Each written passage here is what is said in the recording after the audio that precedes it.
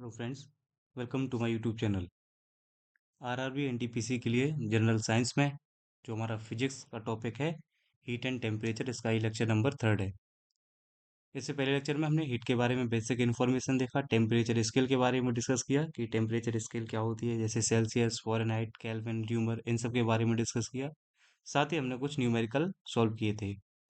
आगे बढ़ते हैं। आज हम बात करते हैं हीट एंड टेम्परेचर में सबसे पहले ट्रिपल पॉइंट ऑफ वाटर की। ट्रिपल पॉइंट ऑफ वाटर को समझने के लिए, पानी का त्रिक बिंदु समझने के लिए हमें समझना होगा ये ग्राफ। अब इस ग्राफ को समझने के लिए फ्रेंड्स आप देखिए, सबसे पहले इस ग्राफ में दो एक्सिस हमने लिए हैं। पहला एक्सिस है हमारा ये, यहाँ पर एक्स एक्सिस है, और ये वाई, ये हमारा एक्स अक्ष है और ये वाई अक्ष है। वाई अक्ष पर हमने लिया है प्रेशर को, और एक्स अक्ष पर हमने लिया है टेम्परेचर, तापमान को। अब यहाँ पर आपको समझना क्या होगा, मैंने यहाँ पर एक पॉइंट लिया है, ये पॉइंट आपको क्या शो कर रहा है? ये कह रहा है कि यहाँ पर इतने टेम्परेचर पर प्रेशर इतना ज़्यादा है, यानी टेम्परेचर कम है और प्रेशर ज़्यादा है। तो लो टेम्परेचर और अगर हम प्रेशर ज़्यादा करते हैं तो इस कंडीशन में जो हमें स्टेट प्राप्त होती है, जो हमें अवस्था प्राप्त होती है, वो होती है सॉलिड। यानी किसी वस्तु का टेम्परेचर कम किया जाए और उस पर प्रेशर बढ़ाया जाए, दाब बढ़ाया जाए, तो वह वस्तु या वह पदार्थ सॉलिड यानी ठोस अवस्था में रूपांतरित हो जाएगा, कन्वर्ट हो जाएगा। सेम इसका अगर हम रिवर्स करते हैं, टेम्परेचर हमने बढ़ा के इतना कर दिया और आप देखेंगे प्रेशर घटा के इतना। तो जब हम टेम्परेचर बढ़ा देते हैं और प्रेशर घटा देते हैं, तो ऐसी स्थिति में यानी हाई टेम्परेचर और लो प्रेशर की स्थिति में हमें जो स्टेट प्राप्त होती है, जो अवस्था प्राप्त होती है, वह कहलाती है गैसियस फॉर्म यानी गैसीय अवस्था। तो ये हुई ठोस अवस्था और ये हुआ हमारा गैस अवस्था। इन दोनों की आदर्श दशाएं, जो इनकी जो कंडीशन है, आइडियल कंडीशन है, वो क्या है?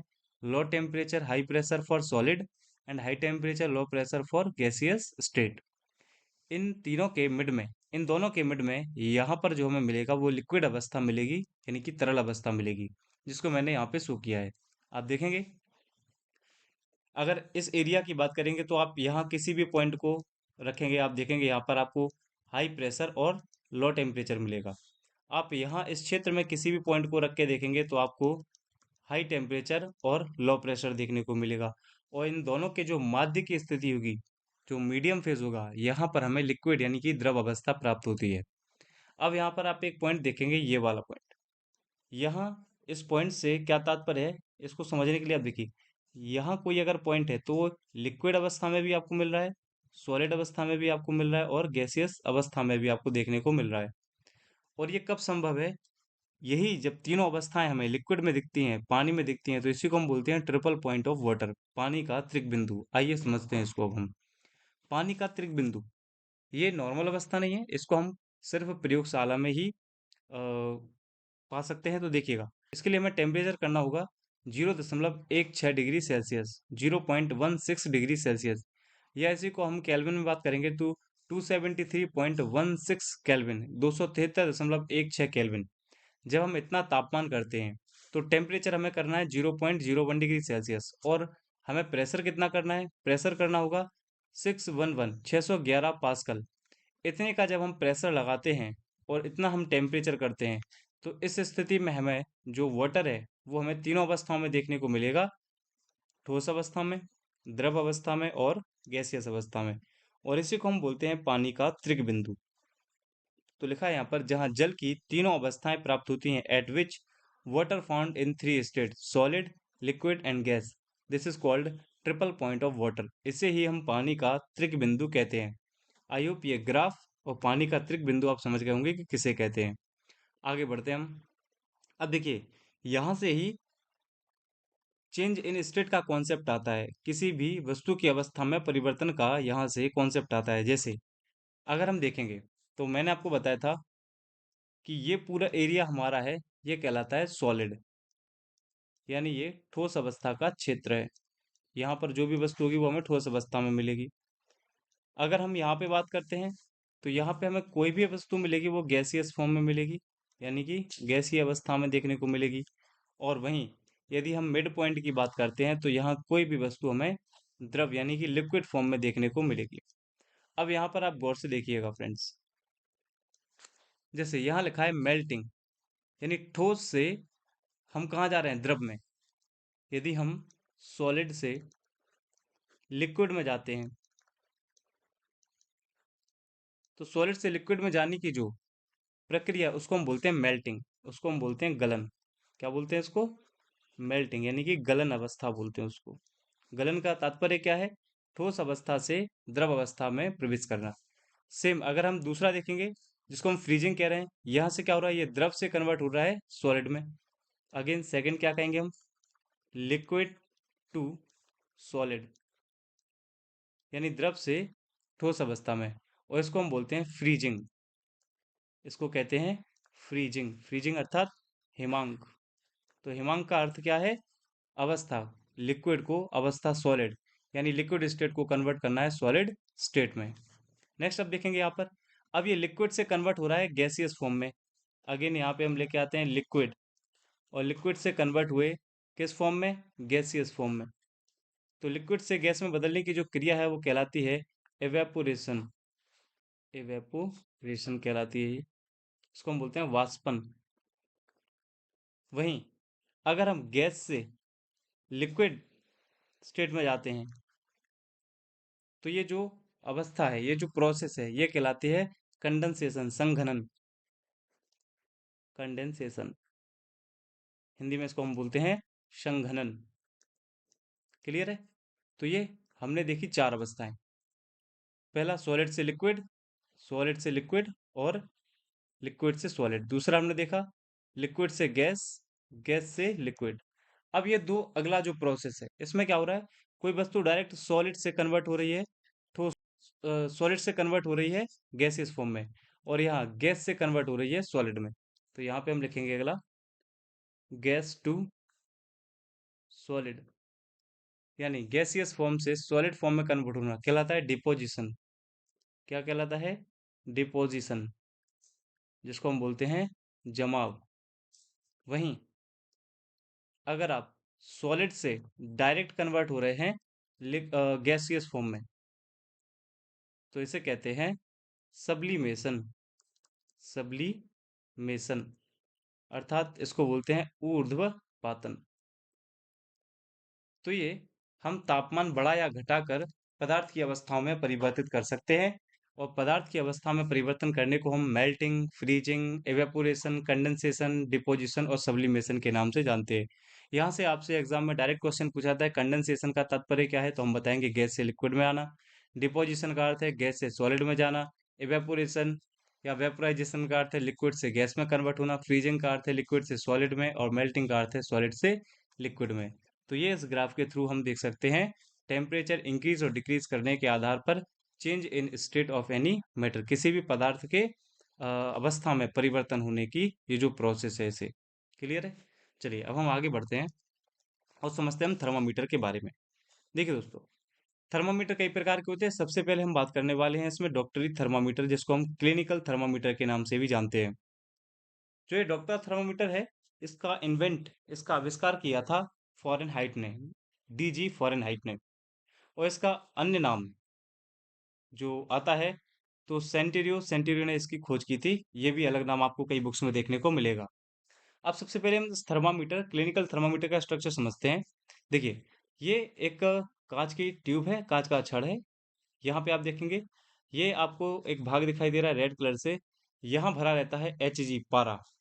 लेकिन पारा चूंकि ज्यादा टॉक्सिक हुआ करता था, जहरीला हुआ करता था, इसलिए अब पारे की जगह गैलियम का यूज होता है, जो नॉन टॉक्सिक है। ठीक है? उसके बाद ये आप देखेंगे, ये पाठ्यांक है, ये रीडिंग है। इस रीडिंग में आप देखेंगे यहाँ पर एक पॉइंट मिलेगा जिसको किंक कहा जाता है, हिंदी में इसको विभंग कहते हैं। इसके किंक का क्या वर्क है अगर आपसे पूछा जाए तो बताएंगे prevent mercury level from falling. मतलब जब हम इस पारे को ऊपर नीचे मूवमेंट कराते हैं तो पारे का जो स्तर है वो स्थिर बना रहे, इसलिए यहाँ पर किंक लगाया जाता है। तो पारे को स्थिर रखने का कार्य करता है ये किंक। अब रीडिंग में आप देखेंगे डॉक्टरी थर्मामीटर में 95 डिग्री फ़ारेनहाइट से स्टार्ट होकर 110 डिग्री फ़ारेनहाइट तक जाता है। इसके सेंटर में, इसके बीच में मिलता है कहीं 98.6 डिग्री फ़ारेनहाइट। अगर हम इसको सेल्सियस में कन्वर्ट करते हैं तो 35 डिग्री सेल्सियस से 42 डिग्री सेल्सियस तक ये इसका रीडिंग होता है, जिसमें मध्य में हमें 37 डिग्री सेल्सियस प्राप्त होता है, जो हमारे ह्यूमन बॉडी का टेम्परेचर है। तो यहाँ पे हम कह सकते हैं ये है human body temperature. Human body temperature, मानव शरीर का तापमान बताया गया। फ़ारेनहाइट में होता है 98.6 डिग्री फ़ारेनहाइट और सेल्सियस में 37 डिग्री सेल्सियस। तो ये हुआ क्लिनिकल थर्मामीटर में डॉक्टरी थर्मामीटर। अब देखिए, डॉक्टरी थर्मामीटर में हम समझते हैं कि इसको हम किन किन विधियों, किन किन मेथड के द्वारा यूज करते हैं। तो पहला है सबलिंगुअल मेजरमेंट, सबलिंगुअल मापन।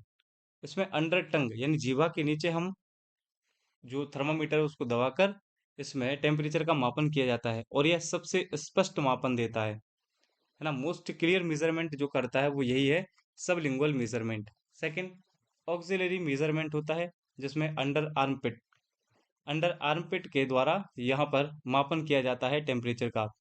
तीसरा होता है इसमें मेजरमेंट रेक्टल मेजरमेंट, जिसमें हम बाय एनस के द्वारा इसका टेम्परेचर मेजरमेंट करते हैं। देन टेम्पोनिक मेजरमेंट होता है जिसमें हम कानों के द्वारा इसका मेजरमेंट करते हैं टेम्परेचर का। और फिफ्थ होता है टेम्पोरल, टेम्पोरल मेजरमेंट में ऑन फोरहेड, मतलब हम जो हमारा सिर का अग्रभाग है वहां पर हम इस थर्मामीटर को लगा के टेम्परेचर का मापन करते हैं। तो इस प्रकार से ये वो 5 तरीके हैं जिसके आधार पर हम डॉक्टरी थर्मामीटर को प्रयोग में ला सकते हैं। आगे बढ़ते हैं। अगला जो हमारा टेम्परेचर स्केल है या जिससे हम टेम्परेचर मापते हैं, जो हमारा थर्मामीटर वो है प्रयोगशाला तापमापी। उससे पहले हम समझते हैं बेसल बॉडी टेम्परेचर क्या होता है। The minimum temperature of the body during rest और मॉर्निंग, यानी शरीर का न्यूनतम तापमान होता है ये जब हम आराम कर रहे होते हैं या सुबह का समय होता है। नेक्स्ट हम बात करते हैं लेबोरेटरी थर्मामीटर की, प्रयोगशाला तापमापी की। दोस्तों इसमें जो नेगेटिव या जो न्यूनतम तापमान होता है वो माइनस का 10 डिग्री सेल्सियस होता है और अधिकतम 110 डिग्री सेल्सियस तक ये जाता है। यह तापमापी शरीर का तापमान नहीं माप सकता। क्यों नहीं माप सकता है? क्योंकि इसमें विभंग नहीं होता है, बिकॉज इट इज किंकलेस, क्योंकि ये किंकलेस होता है जिसकी वजह से ह्यूमन बॉडी का टेम्परेचर नहीं माप सकता है। आगे अगले हम थर्मामीटर की बात करते हैं तो है वो लिक्विड थर्मामीटर, द्रव तापमापी। It is applicable for measuring lowest temperature, यानी यह न्यूनतम तापमान का मापन करने के लिए प्रयोग में लाया जाता है, जिसमें हम लिक्विड के रूप में यूज करते हैं अल्कोहल और मरकरी का। अल्कोहल जो मेजरमेंट कर सकता है माइनस का 115 डिग्री सेल्सियस तक, और मरकरी जो मेजरमेंट कर सकता है वो माइनस का 39 डिग्री सेल्सियस टेम्परेचर मेजर कर सकता है। इसको हम बोलते हैं लिक्विड थर्मामीटर। अगला है हमारा पूर्ण विकिरण थर्मामीटर, टोटल रेडिएशन थर्मामीटर, जिसको हम बोलते हैं पूर्ण विकिरण थर्मामीटर। दोस्तों इसे पायरोमीटर या रिमोट सेंसिंग थर्मामीटर के नाम से भी जाना जाता है और यह अधिकतम तापमान के मापन हेतु यूज किया जाता है। Use the measuring highest temperature, जैसे हमें सूर्य का तापमान मापना हो तो हम पायरोमीटर का यूज करेंगे या पूर्ण विकिरण तापमापी का यूज करेंगे, जिसकी शुरुआत होती है 800 डिग्री सेल्सियस से लेकर मैक्सिमम टू मैक्सिमम, यानी ये शुरुआत ही 800 डिग्री सेल्सियस से होता है। इसके अलावा अधिकतम से अधिकतम जितना भी तापमान आप इससे मेजर कर पाओ कर सकते हैं। और हमारा जो अगला थर्मामीटर है वो है गैस थर्मामीटर, गैसीय तापमापी, जिसमें हाईएस्ट टेम्परेचर इसका भी यूज किया जाता है हाईएस्ट टेम्परेचर मापने के लिए। इसमें नाइट्रोजन और हाइड्रोजन का यूज किया जाता है और इसका न्यूनतम तापमान है 500 डिग्री सेल्सियस, अधिकतम तापमान है 1500 डिग्री सेल्सियस। तो इसके रेडियस या इनके मध्य का तापमान मापने का कार्य करता है गैसियस थर्मामीटर। तो ये हमारे कुछ थर्मामीटर हुए। अब नेक्स्ट जो हमारा टॉपिक है वो है ट्रांसमिशन ऑफ हीट, ऊष्मा का स्थानांतरण या संचरण। देखिए, ऊष्मा स्थानांतरण या संचरण की मुख्यतः 3 विधियां हैं: कंडक्शन, कन्वेक्शन और रेडिएशन, चालन, संवहन और विकिरण। समझते हैं पहले कि ऊष्मा का स्थानांतरण होता क्या है। तो दोस्तों, ड्यू टू टेम्परेचर डिफरेंस, तापांतर के कारण, यानी दो वस्तुओं के ताप में अंतर के कारण ऊष्मा का संचरण होता है, ट्रांसमिशन ऑफ हीट होती है from one system to another system, एक निकाय से दूसरे निकाय की ओर, और from one part of the same system to another part, मतलब एक निकाय से अन्य निकाय और तथा एक निकाय के एक भाग से दूसरे भाग की ओर जो ऊष्मा का स्थानांतरण होता है, इसी को हम बोलते हैं ट्रांसमिशन ऑफ हीट। सबसे पहले हम बात करते हैं कंडक्शन की, चालन की। आप ये डायग्राम यहाँ पे देख रहे होंगे जहां हमने मोम के कुछ पॉइंट्स रखे हुए हैं और यहाँ से हमने इस लोहे की रॉड को गर्म करना इस बर्नर से स्टार्ट किया, यानी हीट दी हमने इस आयरन रॉड में। तो धीरे धीरे हीट यहाँ पे गर्म होगी। अब इसके जो पार्टिकल हैं वो एक्चुअल तो मोशन करेंगे नहीं क्योंकि सॉलिड स्टेट में है आयरन। तो ये पार्टिकल अपने नजदीकी पार्टिकल को एनर्जी ट्रांसफर करेंगे और ये धीरे धीरे सबसे पहले ए को पिघलाएगा, फिर बी को, फिर सी को, फिर डी को, फिर ऐसे ऐसे करके ये मोम के जितने भी पॉइंट है धीरे धीरे आपको पिघलते हुए नजर आएंगे और ये बताता है कि ये चालन की प्रोसेस है। इसे हम बोलते हैं हीट ट्रांसमिशन का कंडक्शन, यानी चालन। आइए अब चालन को अच्छे से समझते हैं। देखिए, heat transfer from one particle to another particle without dislocation of particle from their equilibrium position is known as conduction। मतलब ऊष्मा का स्थानांतरण एक कण से दूसरे कण की ओर होता है एवं कण अपनी साम्यावस्था में बने रहते हैं, मतलब विचलित नहीं होते हैं, यानी अपना स्थान नहीं छोड़ते हैं। इस प्रक्रिया को ही हम चालन कहते हैं। ये सबसे स्लोएस्ट मेथड है हीट ट्रांसमिशन का, सबसे धीमी विधि है और ये कांटेक्ट द्वारा, संपर्क द्वारा संभव होती है। अगर इसमें कांटेक्ट नहीं होगा तो हीट ट्रांसमिट नहीं करेगी। और मीडियम इज रिक्वायर्ड। अब नॉर्मली है, जब इसमें संपर्क की आवश्यकता है तो माध्यम तो होगा ही, तो इसमें माध्यम की आवश्यकता होती है। अब जब माध्यम की आवश्यकता है तो ये कहाँ पर यूज नहीं होगा, तो नॉट इन वैक्यूम, निर्वात में यह संभव नहीं है। क्यों? क्योंकि इसको कार्य करने के लिए माध्यम की आवश्यकता है और निर्वात में किसी भी प्रकार का कोई माध्यम होता नहीं है। और उसके बाद ये ओनली सॉलिड स्टेट, यह सिर्फ ठोसों में देखा जाएगा और इन मरकरी तथा साथ ही यह पारे में देखने को हमें मिलता है। अब ठोसों की अगर हम बात करते हैं, सॉलिड की अगर हम बात करते हैं, तो सॉलिड में दो चीजें आती हैं, मेटल और नॉन मेटल, धातुएं और गैर धातुएं। देखिए दोस्तों, धातुओं में क्या होता है, एक पॉइंट से दूसरे पॉइंट की ओर हीट ट्रांसफर होगी, यानी पार्टिकल टू पार्टिकल होगी, या वह कण खुद अपने में से इलेक्ट्रॉन को एमिट करेगा, उत्सर्जन करेगा।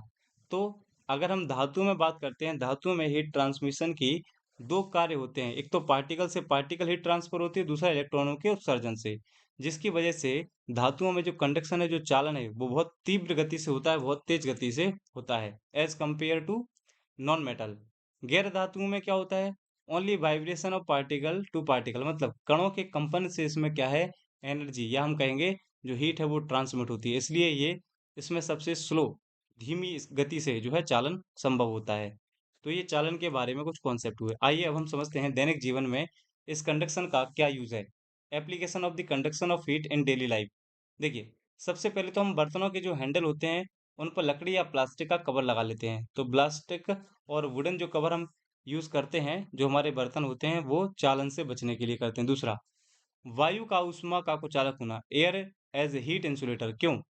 देखिए, जब हम ऊनी कपड़े पहनते हैं सर्दियों में तो वो हमें गर्म रखते हैं। क्यों? क्योंकि उन ऊनी कपड़ियों में हवा की एक लेयर बन जाती है और हवा ऊष्मा की कुचालक होती है, जिस वजह से हीट, जो ठंडी हीट है, वो हमारे शरीर तक नहीं पहुंच पाती है। दूसरा, 2-3 layer of thin blankets provide more protection from cold than one thick blanket. मतलब दो तीन पतली चादर एक मोटी चादर से ज्यादा सर्दी से हमारी रक्षा करती है। मैंने बोला ना, जब हम दो तीन चादर को ओढ़ते हैं तो इनके बीच में एक वायु की परत आ जाती है और वायु उष्मा की कुचालक होती है, इस वजह से। नेक्स्ट, पक्के मकान जल्दी गर्म हो जाते हैं जबकि फूस की छप्पर देर से गर्म होती है। तो यहाँ पे भी बताया गया है, जो रूफ होते हैं ये hot in less time than concrete roof hot quickly due to intermolecular space, अंतराण्विक स्थान के कारण। क्योंकि किसी में अंतराण्विक स्थान ज्यादा है और किसी में अंतराण्विक स्थान कम, तो जो छप्पर है, फूस की छप्पर है, उसमें अंतराण्विक स्थान ज्यादा होते हैं, इसलिए वहां पर हीट ट्रांसफर देर से होती है। नेक्स्ट है, iron bench heat quickly and wooden bench taken a time for heat. लोहे की कुर्सी जल्दी ऊष्मा प्राप्त करती है, वहीं लकड़ी की कुर्सी अधिक समय लेती है। ये भी चालन का एग्जाम्पल है। इसके अलावा, lips start burning when we drink tea from a cup made of metal. मतलब धातु से बने कप से हम जब चाय पीते हैं तो हमारे होंठ जलने लगते हैं। इट इज, मतलब, जबकि अगर हम चीनी मिट्टी का यूज करते हैं, चीनी मिट्टी के प्यालों का यूज करते हैं, तो वह हमारे लिए बहुत ज्यादा लाभदायक होती है या सुगम होती है। तो यहाँ पर ये बताया गया है। नेक्स्ट एग्जाम्पल हम देखेंगे। अब जो हमारा अगला प्रोसेस है हीट ट्रांसमिशन का, वो है संवहन। तो ये हुआ हमारा चालन। आइए अब चालन को आप अच्छे से समझ गए होंगे। अगर हम संवहन की बात करते हैं तो सबसे पहले डायग्राम देखिए, यहाँ पर ये बर्नर रखा है और इसमें पानी भरा हुआ है, एक बॉक्स में। पानी को जैसे हम यहाँ से हीट देना स्टार्ट करते हैं, धीरे धीरे यहाँ के जो पानी के अणु होते हैं वो गर्म होके कहाँ उठेंगे, ऊपर, यानी वार्म है तो ये कहाँ जाएंगे, अपवर्ड। और ऊपरी सतह पर जो पानी के कण ठंडे हैं, वो ठंडे होकर भारी होकर कहाँ आएंगे, नीचे, डाउनवर्ड की ओर। इसी प्रोसेस को हम बोलते हैं कन्वेक्शन या संवहन। आइए पढ़ते हैं। The mode of transfer of heat by migration of material particle of medium is known as convection. मतलब जो हमारे इसमें ऊष्मा का जो स्थानांतरण होता है, इसमें एक पदार्थ विस्थापित होता है अपनी जगह से, यानी जगह चेंज करता है, एक स्थान से दूसरे स्थान की ओर जाता है। यानी जो फिजिकल पार्टिकल होते हैं वो एक स्थान से दूसरे स्थान तक स्थानांतरण करते हैं, ट्रांसफर होते हैं। And particle dislocate to equilibrium position, पदार्थ के जो कण होते हैं वो साम्य अवस्था से विचलित हो जाते हैं, मतलब जो अपनी अवस्था में थे वहां से ये चेंज हो जाएंगे। और इसके लिए भी हमें मीडियम इज रिक्वायर्ड, माध्यम की आवश्यकता होती है। तो ये है संवहन। आइए हम संवहन के प्रकार देखते हैं। संवहन 2 प्रकार से हो सकता है, नेचुरल एंड फोर्स्ड कन्वेक्शन, बलपूर्वक किया गया संवहन। जो प्राकृतिक होता है इसमें मूवमेंट ऑफ पार्टिकल्स, कणों का गमन होता है नीचे से ऊपर की ओर, ऊपर से नीचे की ओर, and it is not possible in gravity free region. जहाँ पर गुरुत्व नहीं होता है वहां पर यह संभव नहीं है। तो ये हमने पानी वगैरह में देखा वो।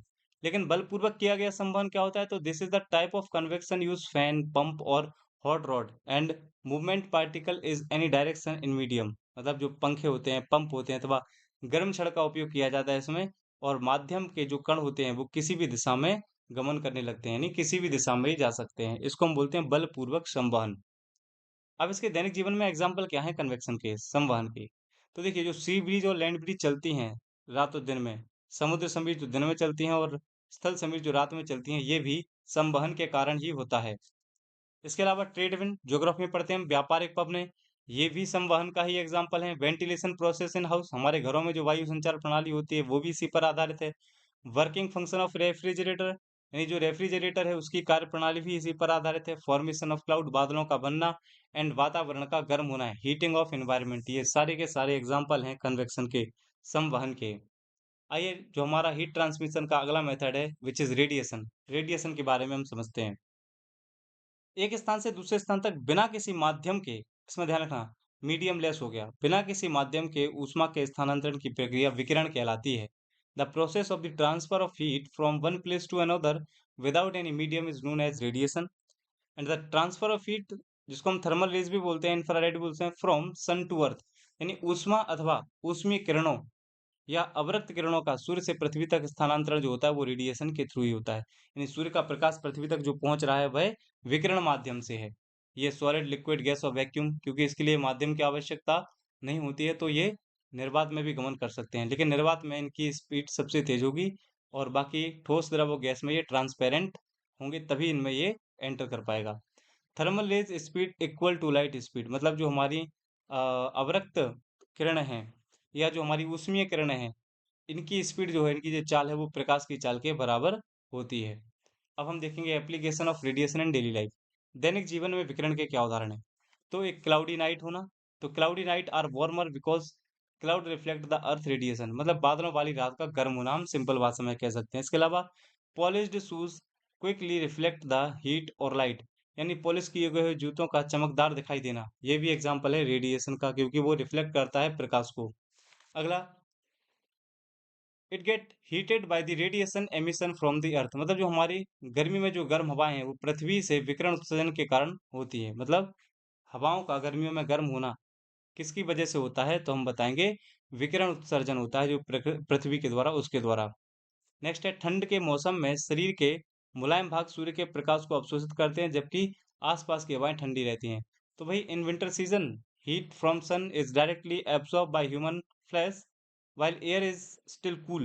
Due to reason, the sun warmth in winter season appears very satisfying for us या to us। मतलब हम कह सकते हैं कि इसी कारण जो सूर्य की गर्मी है वो ठंड के मौसम में हमें अच्छी लगती है, या अच्छा या सुकून फील कराती है। अगर हम डेजर्ट की बात करते हैं तो मरुस्थलों में दिन बड़े गर्म होते हैं और रातें बड़ी ठंडी। क्यों? क्योंकि जो सैंड है, जो रेत है, are good absorber and emitter of heat, मतलब जो रेत है वहाँ की, वो ऊष्मा की अच्छी अवशोषक और अच्छी उत्सर्जक है, इस वजह से। नेक्स्ट है, T kettle is made shiny from outside for more reflection, चाय की जो केतली है उसको बाहर से चमकदार बनाया जाता है ताकि वह परावर्तन अच्छे से कर सके। And a person with dark skin, मतलब जिसका रंग थोड़ा डार्क होता है, experienced more heat and more cold, वह अधिक ठंडी और अधिक गर्म को महसूस करता है, एक्सपीरियंस्ड करता है। तो दोस्तों, आज हमने देखा हीट ट्रांसफर के मेथड, वाटर का ट्रिपल पॉइंट, और साथ में हमने देखे कि हम हीट के ऊष्मा के मापन के लिए किस-किस थर्मामीटर का यूज़ कर सकते हैं। इसमें हमने डॉक्टरी थर्मामीटर और हमने देखा था प्रयोगशाला थर्मामीटर, इन सब के बारे में हमने चर्चा की। इससे आगे अब हम बात करेंगे हीट के कुछ न्यूमेरिकल्स के बारे में, और हम न्यूटन का शीतलन नियम, आगे ये सारी चीज़ें पढ़ने वाले हैं। तो आप लेक्चर सीरीज़ से बने रहिएगा। आपको ये लेक्चर्स पसंद आते हैं तो वीडियो को लाइक करें, कमेंट करें। ज़्यादा से ज़्यादा अपने दोस्तों के साथ इन वीडियोज़ लेक्चर को शेयर करें। मिलते हैं नेक्स्ट वीडियो में, तब तक अपना ध्यान रखें। साथ ही इसका पीडीएफ आपको हमारे टेलीग्राम चैनल पर मिलेगा, जिसका लिंक डिस्क्रिप्शन में दिया हुआ है, तो वहाँ जाकर आप हमारे टेलीग्राम चैनल को ज्वाइन कर सकते हैं। Thank you.